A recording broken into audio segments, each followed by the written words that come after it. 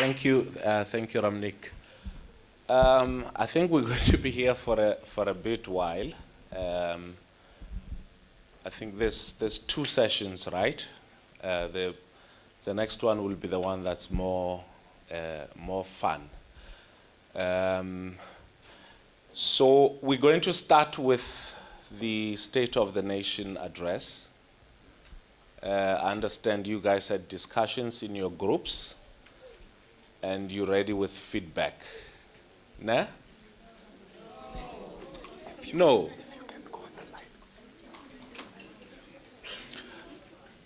No. Well, this is that time, so whether you're ready or not, we're going to do that.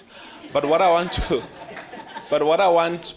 want us to start with is something that we're going to end with. Nah? So I'm going to pick one of you per table, and what we'll do is, so whoever I pick, so you go to the front, and then you tell us your favorite line in the National Anthem. Nah? Any of the lines in the National Anthem. So we're going to start with that, and then because you're wearing orange, you'll be the first one. So, and then you're trying to avoid me, so okay. You'll be the third one. Okay, you'll be the fourth one. Eh? So you just go to the front. Go to the front. Those that we've already picked on. That table with the shades on her phone. Yeah. And then from my campus. Yeah. And then who else? Okay. Yeah. And we're going to participate in all of this. No, not you. Not you. Yeah. And then you. Okay. Okay. And then you. So who's controlling the laptop, computer, whatever? So please type the lines in that order. Nah? Oh yeah, the lady with the cap, with the bluish cap. Yeah. Okay. So what's your favorite line in the National Anthem? So I want someone to write this down. Or type it so that we're going to display it there. Nah? Yeah, so what's your favorite line from here towards there? We'll get some more lines. Just the line. Okay. Connect the laptop. Yeah, you can start.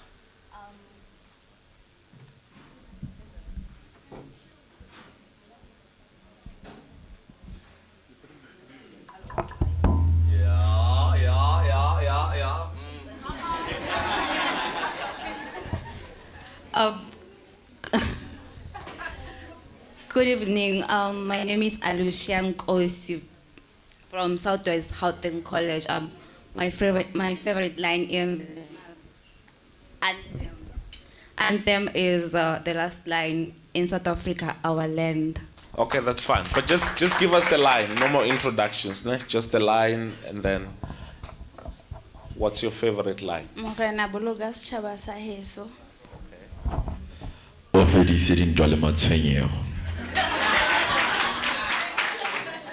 And united we shall stand.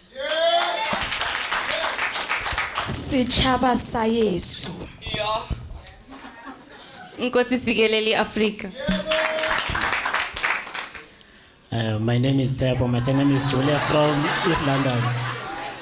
From the National Anthem, the line I like is the line that says, Yizwa yimithandazo yethu. Okay. My line is Maluphakanyisa uphondo lwayo. Okay. Sikelela iAfrika. 80 blow van ons Here. Same as his is Yizwa imithandazo yethu. Yizwa imithandazo yethu, yeah, okay. All right, so anyone from this table, just say your line.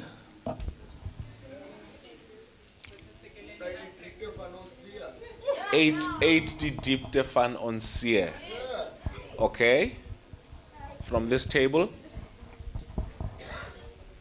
Any line? Malupaganyisu pondolwayo. And then let us live and strive for freedom. This table.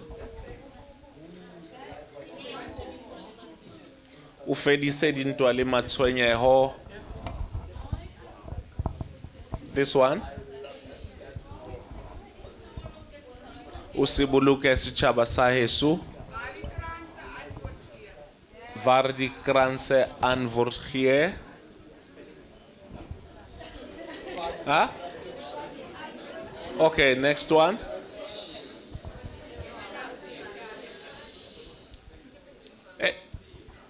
In South Africa, our land. Oh yeah, it made it way too late in the. In fact, I was just continuing because we needed that line.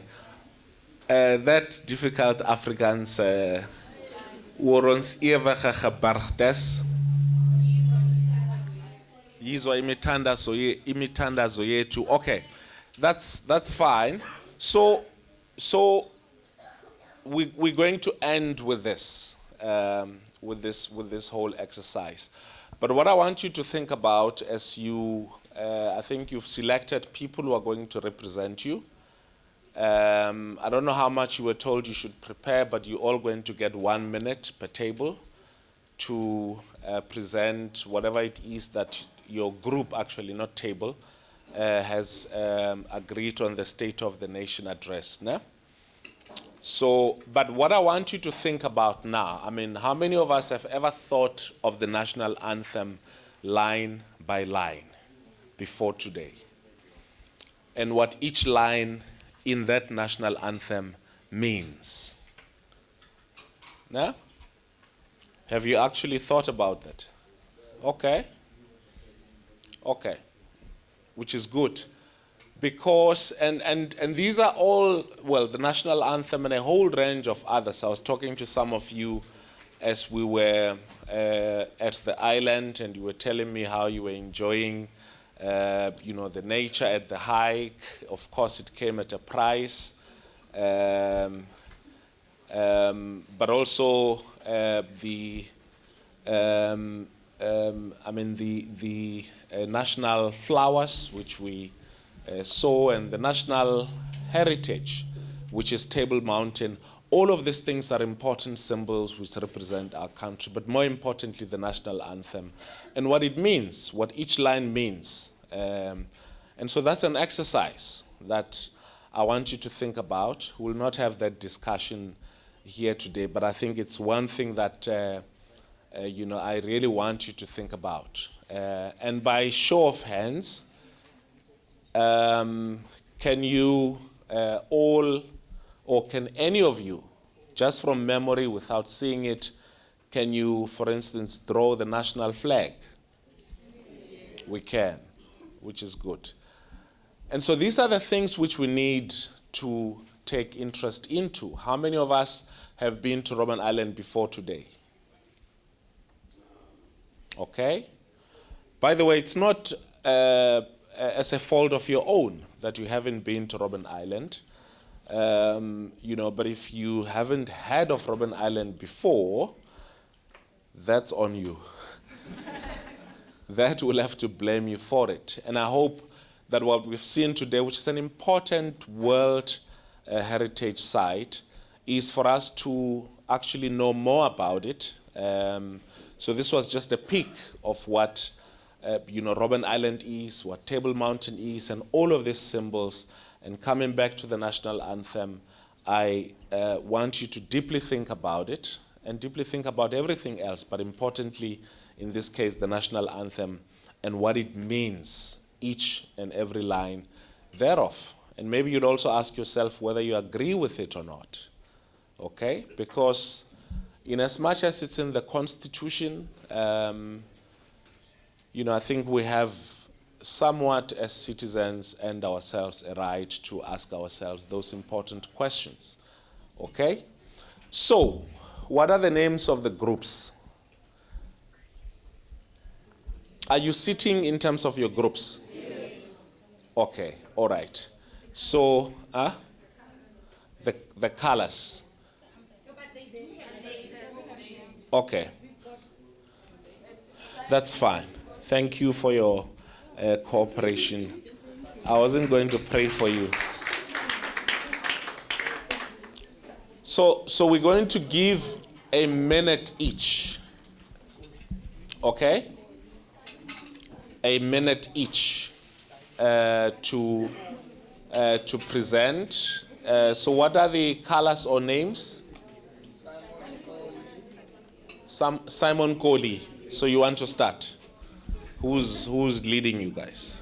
You are? Our leadership. Okay, leadership. This is our leadership. 1 minute. So you will monitor their 1 minute. Nah? When the 1 minute is up, you'll tell them.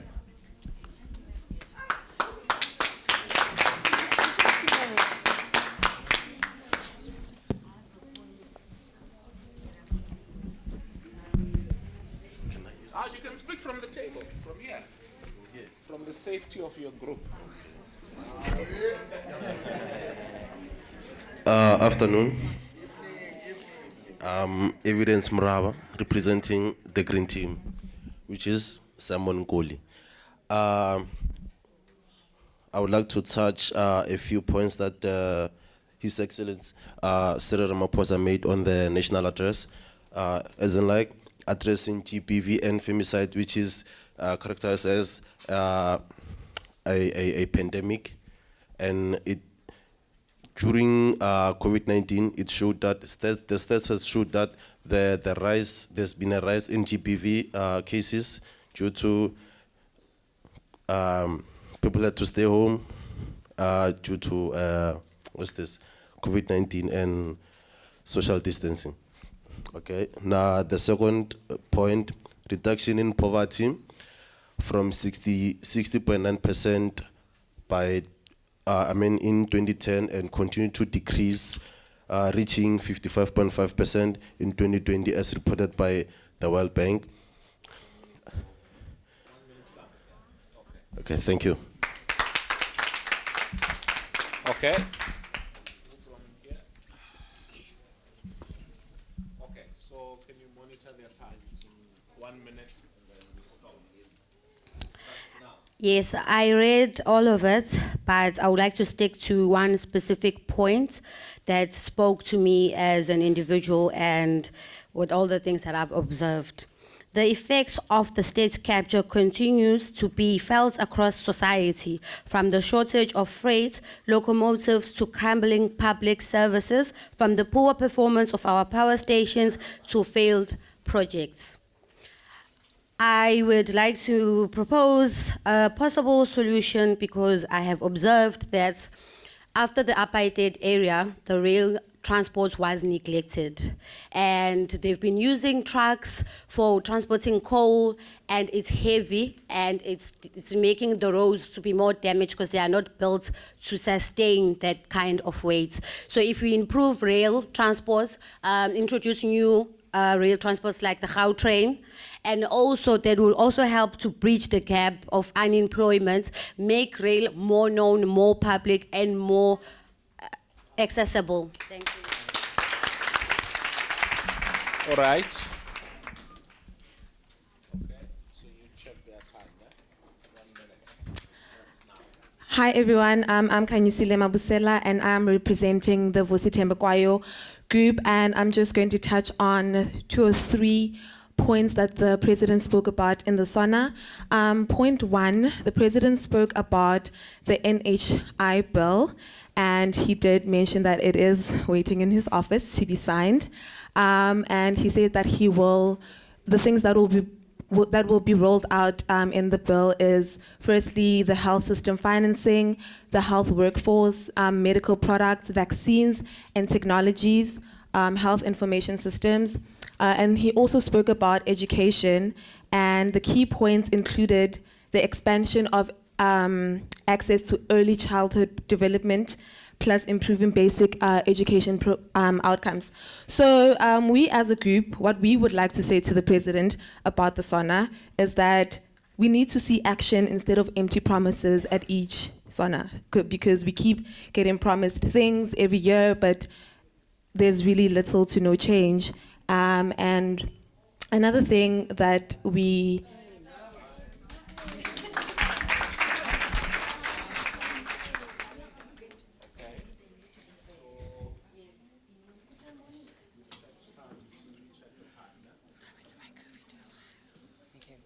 Good evening, colleagues. My name is Dino Kotapane, and I'll be representing the pink team, which is the Zuleika Patel team. The SONA really highlights is kind of like a mirror effect of the policies that were implemented during apartheid. So in essence, the Land Act of 1913, what we have now in our democracy is that through redistribution, land is now given back to its people. And then if we look at what the systems of apartheid tried to do is to ensure that the Black people were obviously continuing to become poorer, but obviously giving them very slow wages and obviously giving them only a basic education. And that is now being changed in our democracy through, number one, the poverty rate now decreasing, mortality rate is decreasing, which means that people are not dying as they used to, and then life expectancy is increasing. Oh. Okay.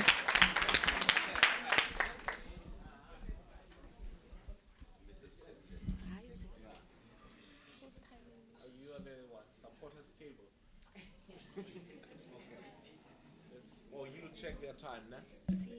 How do you pronounce this word? Good evening.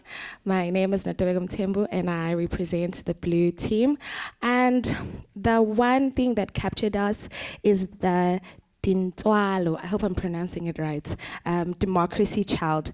I feel like for us as a group, going to Robben Island and seeing the historical place gave us a clear understanding of what it means to have democracy in a country. But the real question is the democracy our heroes fought for the one we have now?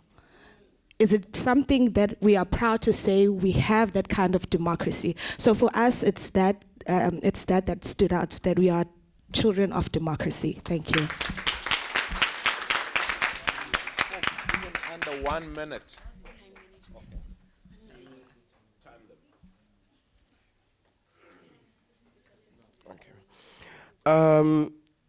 We are the yellow team, which is Tabombegi. I am Sizwe. The points we have taken from the SONA is that on page 7, in the second line, it says we have made progress. And as you go down to the point, yet our unemployment rate is the highest it has ever been. What I need to note is that we need an economic status where it does not mean we need to work to have an economy. We need to push the economy. And this line, it says our economy is today 3 times larger than it was in 30 years ago. Thank you, sir.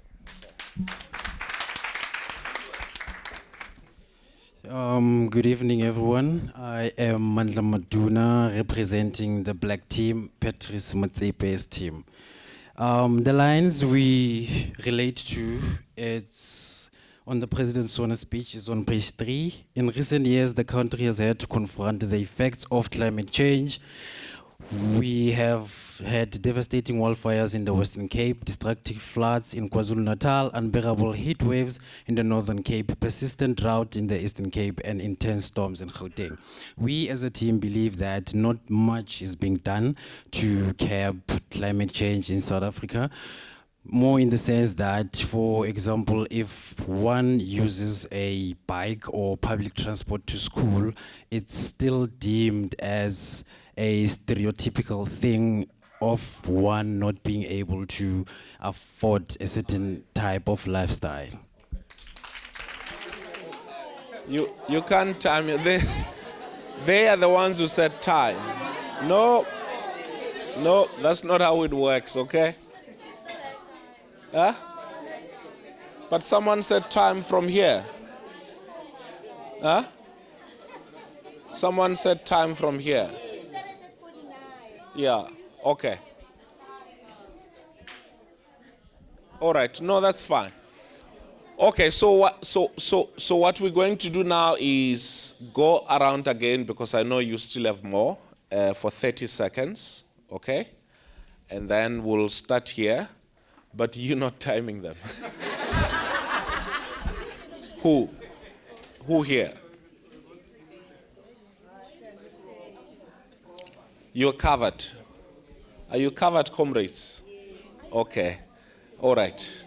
30 seconds. Are you covered? Okay. Are you all covered? 30 seconds. Oh, covered. It's just you. Okay. Thank you so much. We'd like to utilize our 30 seconds.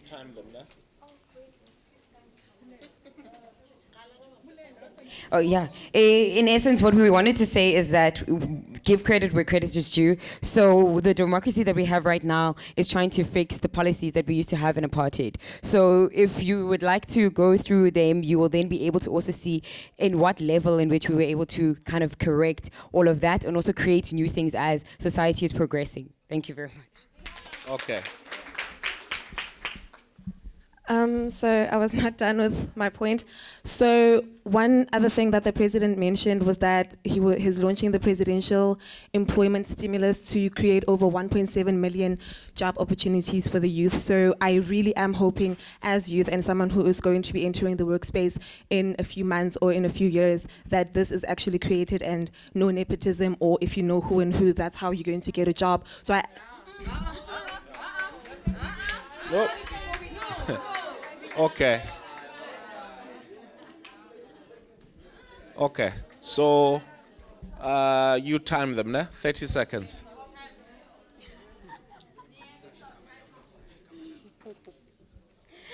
My point was going to be that 90% of our freight is transported by sea transport. So I would like for sea ports to be more accommodating of rail and push our investment more towards rail to save on money, because road transport can be very, very, very expensive, and rail transports in bulk at a cheaper price. Thank you.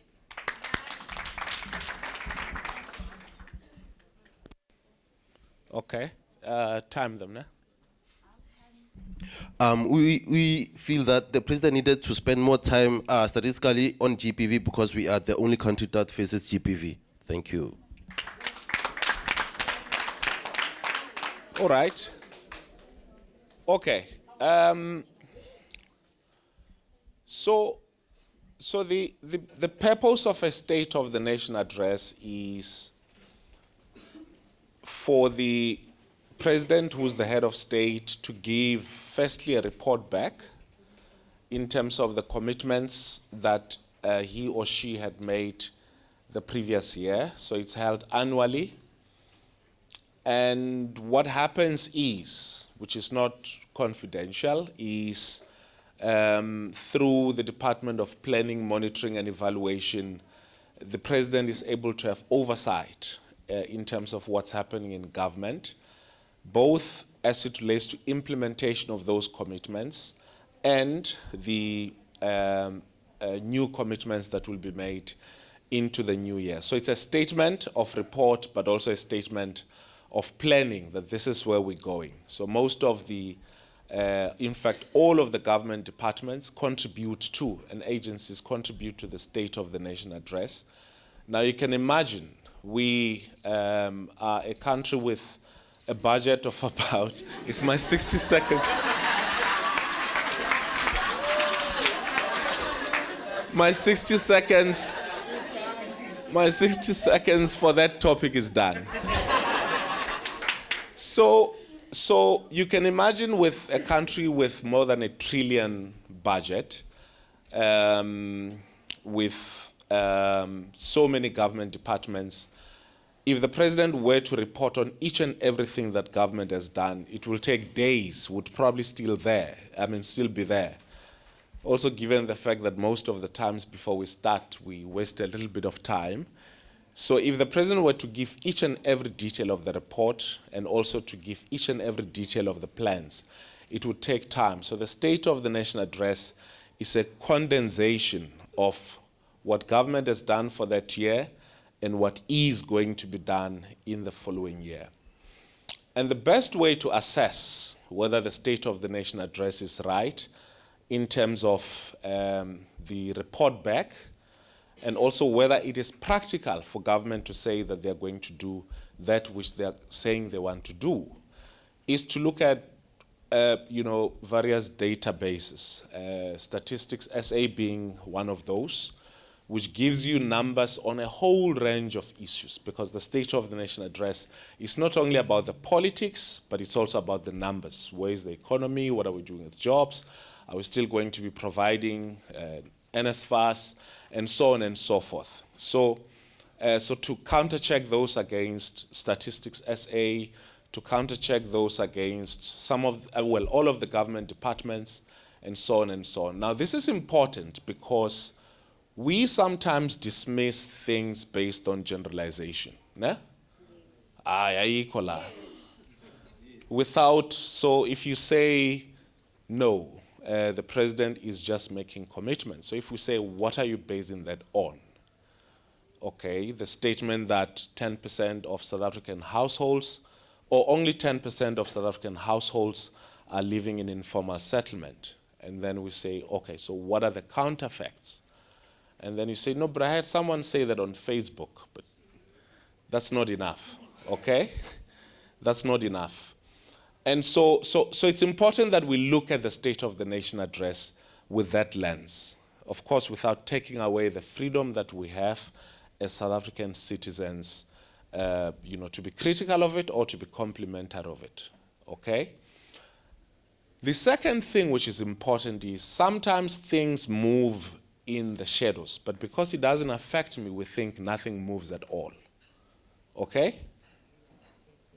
No? Yeah. So we tend to particularize development, okay? And that's how we look at the State of the Nation address.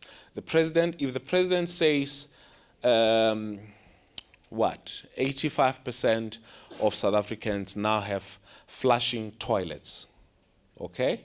You may take it for granted now, but if you were really paying attention at Robben Island, you'll realize that flushing toilet was not the best priority for the apartheid government. But because you are not having a flushing toilet, you think, no, he's lying, all right? So we tend to particularize development. And so we need to look at it, as I said, counterpose with the facts that, that are there. And then whatever other tool that you want to deploy in making an analysis of a document such as the State of the Nation address. Sometimes we rely on third parties' views of what the State of the Nation address is, okay? So it's important that we read it for ourselves and we understand it for ourselves before the experts are invited in to tell us what we should think about it. And then we then tend to repeat that which, because I think sometimes we really need to pull back and say, do I agree with this thing that I keep on saying over and over again? Okay? All right, so that's all with the State of the Nation address and your reflections, and I know some of the issues you're not going to end with them here. I found it interesting that there was no issue around education, and that you are actually preoccupied with issues that's beyond campus, climate change, corruption, transport and its logistics and how it can resolve energy. Those are very fascinating issues that I hope, beyond this, you guys will will take them up, okay? So when we spoke on Friday, I said to you that some people say, and I had it even today when we were at Robben Island, that some people say you are future leaders.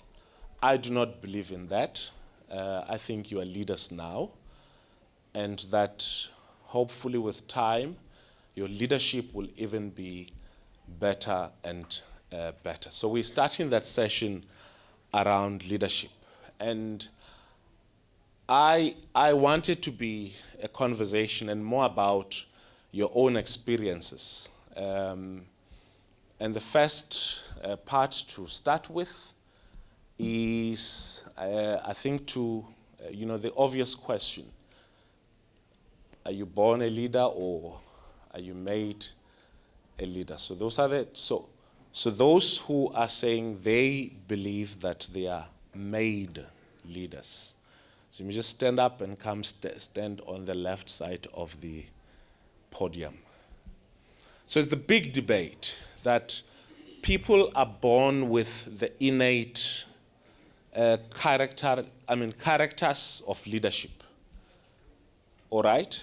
And that like any other skill, leadership can be genetic, it can be hereditary, and that's why you have kings and kingship moves in lineages.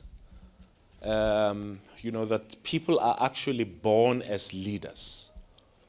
And then there are those who say that for leadership to happen, one has to go through certain experiences for them to be better leaders. And then there are those who say it's neither of the two.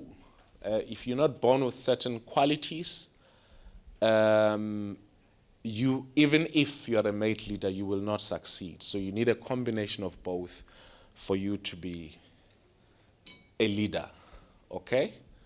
So, those who say you need to be made a leader, next to the door.